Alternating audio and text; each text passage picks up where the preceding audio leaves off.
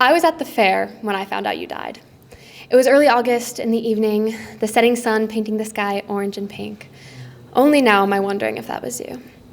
It was warm, not hot. It smelled like cotton candy and popcorn. Would you have wanted anything? You were so particular about sweets. Sometimes you would devour chocolate in seconds, but other times the smell alone made you sick. That's just how cancer is. I was at the fair when I found out you died. I was near the Ferris wheel, I'm pretty sure, and I know I was walking towards the food stands. I was at the fair when I found out you died, and I wonder how you'd feel about that. People all around laughed as they flew through the air.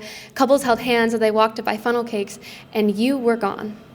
And they didn't even know. I'm sure most of these people had experienced loss, probably a relative way back when they were young, but I hadn't. I had gone from 0 to 2 within a month.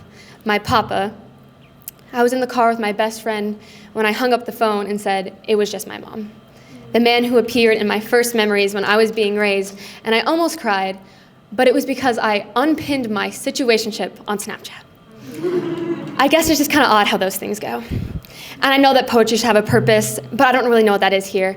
And I know I can't just say that. I can't just tell you to write the poem yourself. That's my job, but still, I was at the fair when I found out you died. My cousin, who's not actually my cousin, but my mom's cousin, the one whose first husband was named Rainbow, whom she lived in the mountains with, who, after her third husband, made her middle name her last, which is one of my best friend's middle names, too. The one who never had kids and was free to roam, who rode camels, which we never even knew until we looked through her things, the one I share a birthday with. I was born on that day specifically because of her. I was at the fair when I found out you died. The text read, "She's gone." 2 words made the world go quiet. And it was no surprise. You'd been dying for years, and yet I didn't know how to react. Coming home was odd. It felt like maybe you were just on vacation. You went on them all the time, like Jerusalem, twice. Man, you loved God. You would talk about how you were so ready to die. You couldn't wait to meet him. I was at the fair when I found out you died. One of my best friends had come home from Germany shortly before. She really wanted to get the chance to talk to you about it, by the way. I thought you should know that. You got the brief chance to talk to her about it, and it was the last thing you said to her. Wasn't it amazing?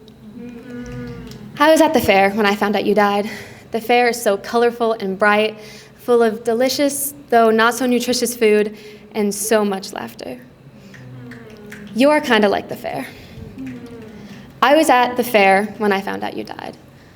I think you would have found that beautiful. I think you would have smiled and said, "I hope you had fun." She washed her clothes every other Saturday. It was Saturday, but the washer was empty. There was a football game Friday night. She said she would show up, but then stayed at home and fell asleep at 9. She woke up in the morning, no messages from her friends asking her where she was, only posts flooding Instagram with pictures of the game. She started her day feeling helpless and alone, and ended her day vacant and alone. It's a tragedy that all the signs were in front of everyone, but nobody took the time to decode what they meant.